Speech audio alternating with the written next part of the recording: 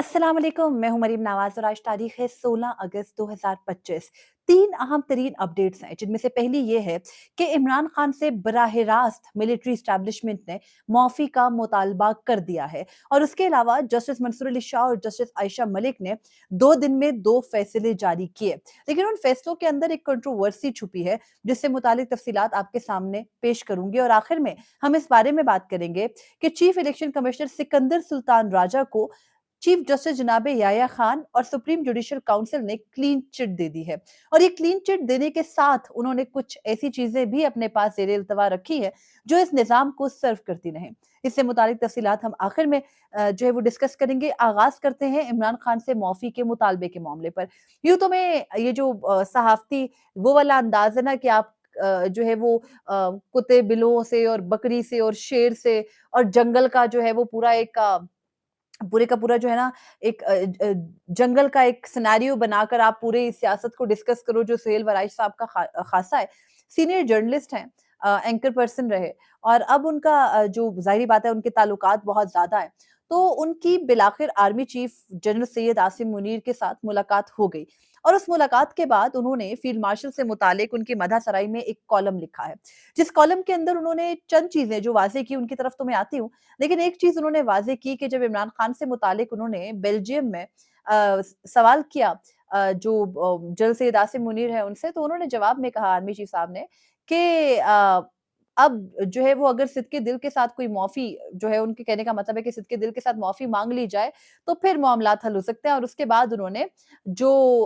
इब्लीस और हज़रत आदम का किस्सा था, वो वहाँ पर जो तमाम तर पाकिस्तानी कम्युनिटी थी, उससे खिताब में वो पेश किया। अब ये पूरे का पूरा वो किस्सा पेश करना, ये जो है वो बात कहना, ज़ाहिर-सी बात है कि ये बराह रास्त इमरान खान से माफ़ी का मुतालबा है, वो निज़ाम को एक्सेप्ट कर लें और वो जो है वो इमरान खान माफ़ी माँग लें तो सब ठीक हो सकता है। जबकि इमरान खान माफ़ी माँगने को तैयार नहीं है, वो तो कहते हैं मुल्क में आसिम लॉ लगा हुआ है, मुल्क में कोई निज़ाम है नहीं, अदालतें काम कर नहीं रही, बस आसिम लॉ है। तो इमरान खान के इस किस्म के बयानात के बाद ये मुतालबा उनकी जानिब से आना जो है वो ज़ाहिर-सी बात है कि एस्टेब्लिशमेंट की अब जो इमरान खान को लेकर एक क्लियर पॉलिसी है, उसको जो है वो वाज़ेह करता है। लेकिन इसके साथ ही एक और अहम चीज़ ये है कि सुहेल वड़ाइच साहब का कॉलम आज जंग अखबार में छपा है, अगर आपने नहीं पढ़ा तो आप पढ़ के उसका कॉन्टेक्स्ट समझ सकते हैं।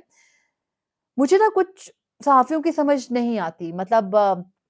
ठीक है, हर शख्स के अपने नज़रियात हैं। कुछ लोग समझते हैं कि ताकतवरों के करीब रहने से ही जो है वो तमाम तर चीज़ें और जो खबरें हैं वो मिलती हैं। तो वो करते ये हैं कि जब वो ताकतवरों के बहुत करीब रहने रहने लगते हैं, तो वो ताकतवरों की ही सोच अपने ऊपर ओढ़ लेते हैं, तारी कर लेते हैं। जैसे सुहेल वड़ाइच साहब ने एक तरफ इमरान खान से माफ़ी का मुतालबा जो है वो एस्टेब्लिशमेंट का अपने कॉलम के अंदर पेश किया, तो साथ ही कहा कि शहबाज शरीफ जो है वो कहते हैं उनसे जब मुलाकात एक मर्तबा हुई तो उन्होंने कहा जनरल आसिम मुनीर के बारे में कि वो इस किस्म के जर्नैल नहीं है, मतलब जनरल बाजवा का मुकाबला एक तरह से छुपे लफ्ज़ों में कि वो बात एक करें और दूसरे फरीक के साथ जो है वो मिल जाएँ, बल्कि वो एक ही तरफ को रहते हैं, उनके अंदर ये नहीं है, वो जिसके साइड है उसी की साइड हैं। क्योंकि शहबाज शरीफ वगैरह का या इमरान खान का ये मानना है, दोनों ही फरीकैन का एक ही बात मानना है कि माज़ी के जितने जर्नैल गुज़रे, आर्मी चीफ गुज़रे, आर्मी चीफ से ये करते थे कि वो दिखाते एक तरफ को थे, करते दूसरी तरफ के थे, तो उनके मुताबिक जनरल आसिम मुनीर ऐसे नहीं हैं। फिर सुहेल वड़ाइच साहब मज़ीद मदह सराई में ये भी फरमाते हैं कि आर्मी चीफ में कोई तकब्बुर नहीं है, वो डाउन टू अर्थ है। उन्होंने एक ओवरसीज़ पाकिस्तानी का हाथ भी चूम लिया जब उन्होंने उनकी तारीफ़ की और उसके अलावा उन्होंने बहुत लंबा टाइम जो है वो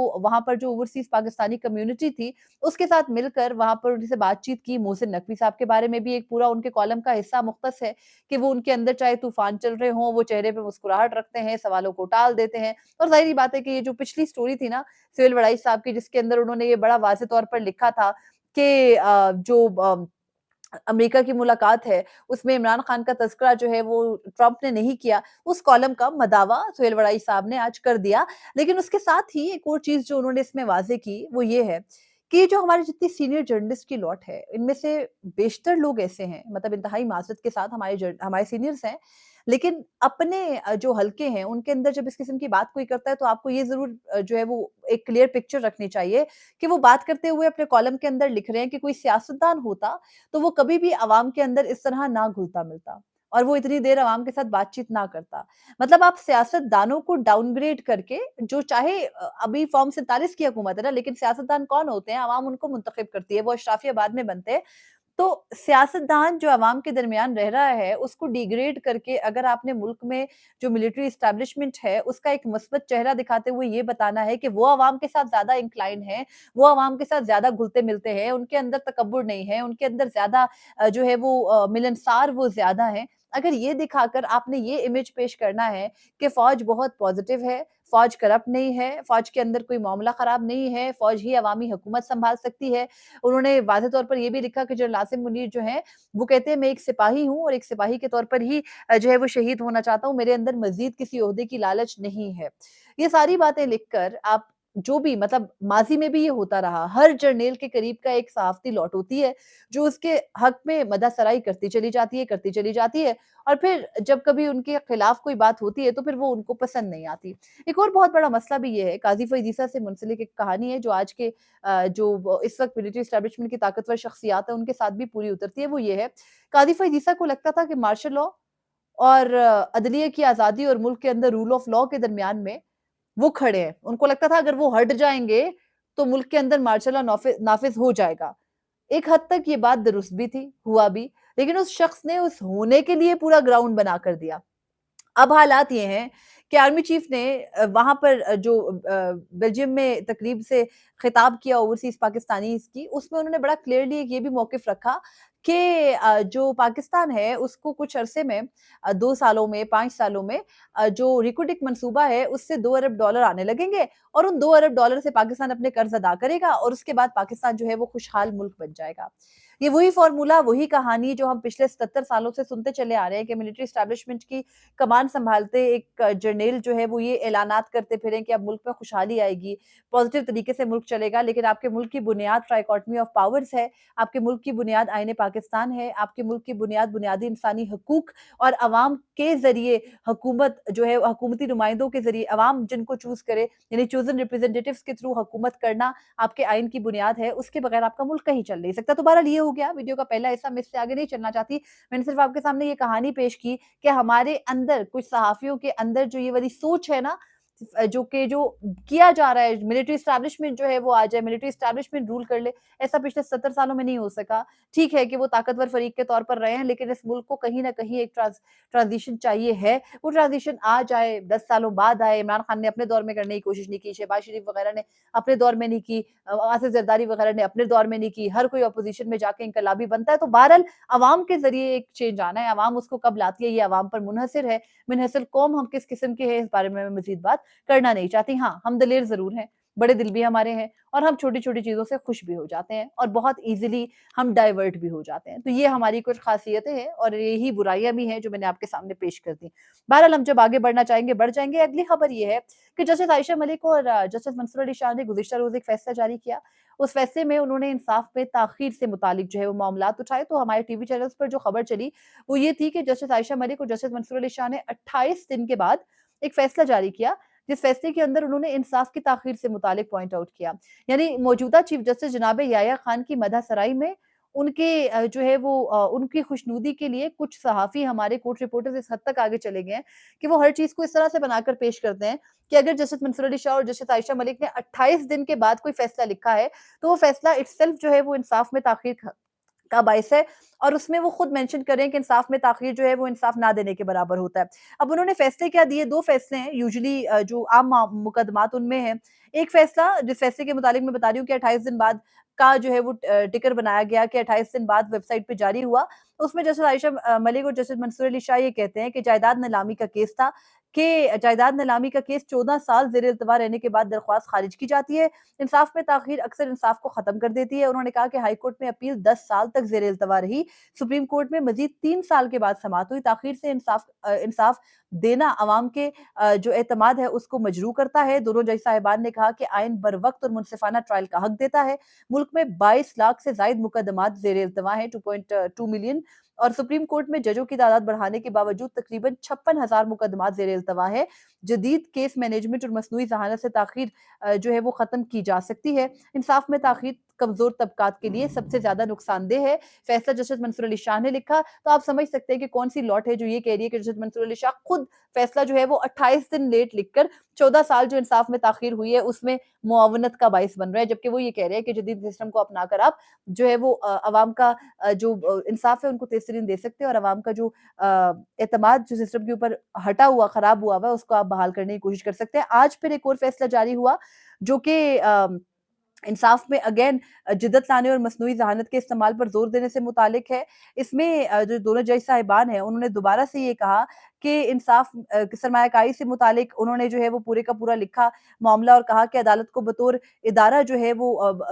इदारा जाती पॉलिसी और आईनी ज़िम्मेदारी फ़ौरी तौर पर जदीद, जवाबदेह और स्मार्ट केस मैनेजमेंट की तरफ हमें मुंतकिल होना होगा और आपको पता है कि जस्टिस मंसूर अली शाह लाहौर में जो है वो केस मैनेजमेंट सिस्टम लगा कर आए थे, फिर यहाँ पर आकर भी उन्होंने केस मैनेजमेंट सिस्टम के लिए पूरा प्लान कर रखा था, लेकिन क्योंकि वो प्लान पूरा नहीं हो सका उनका ऑब्वियसली खुद वो पहले काज़ी फ़ैज़ ईसा के साथ थे और फिर जब काज़ी फ़ैज़ ईसा ने जो है वो रंग दिखाया तो उनको समझ आया कि नहीं भई Qazi Faez Isa was not a same person, मुझे उनके साथ नहीं होना चाहिए, मामलात ख़राब हो गए वहाँ से और उसके बाद चीज़ें इस हद तक आगे चल पड़ी और इस हद तक बिगड़ गई कि फिर justice Mansoor Ali Shah chief justice बने, नहीं तो केस मैनेजमेंट का जो पूरे का पूरा सिस्टम था, वो उस तरीके से आगे नहीं बढ़ सका और उसके अलावा जस्टिस मंसूर अली शाह अपने फैसले के अंदर ये लिखते हैं कि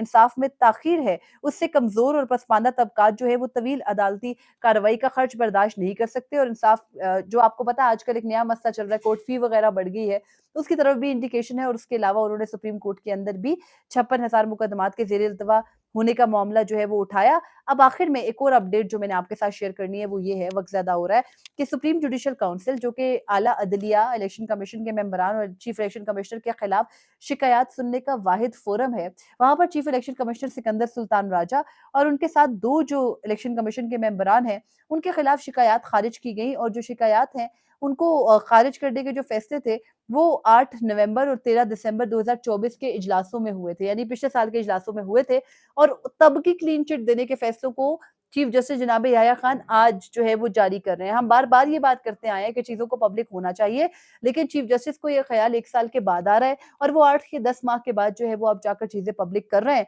और उसमें भी उन्होंने chief election commissioner Sikandar Sultan Raja को जो है वो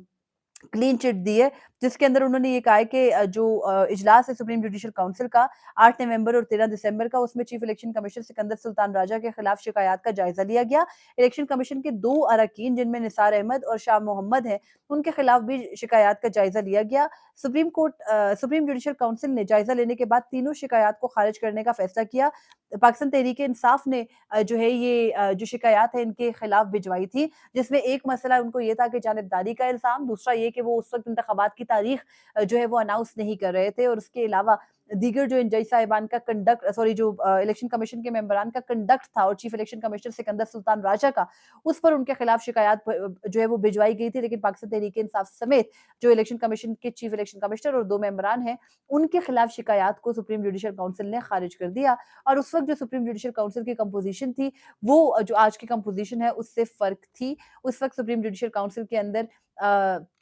justice Yahya Khan, justice Mansoor Ali Shah, justice Muneeb Akhtar और उनके साथ जो इस वक़्त के 2 सीनियर जज साहिबान थे, जिसमें ग़ालिबन जस्टिस हाशिम काकड़ भी थे और इस्लामाबाद हाई कोर्ट के जस्टिस आमिर फ़ारूक भी थे। इन्होंने by majority chief election commissioner को क्लीन चिट जो है वो दे दी थी और आज उसका जो फैसले हैं उनको पब्लिक किया गया है। तो वो याह्या खान साहब जो कि इस वक़्त चीफ जस्टिस ऑफ पाकिस्तान हैं, उनको बड़ी ताख़ीर से इस बात का ख़्याल आया कि वो चीज़ों को पब्लिक करें, पब्लिक डोमेन में ये चीज़ें आएँगी तो कंट्रोवर्सीज़ नहीं होंगी। लेकिन क्या है ना कि हम तो समझाते चले आते हैं कि पब्लिक अगर कोई चीज़ देखेगी तो आगाही के अलावा आपको कुछ नहीं कहेगी। अगर आप गलत करेंगे तो स्क्रूटनी होगी नहीं, दुरुस्त करेंगे तो कोई कुछ नहीं कहेगा। लेकिन इनको बहुत ताख़ीर से ये सारी बातें समझ आती हैं। तो बहरहाल ये जो है वो सारी की सारी अपडेट्स थी, मैंने आपके साथ शेयर की। आपका कोई फीडबैक हो ज़रूर पेश कीजिएगा। अल्लाह हाफ़िज़।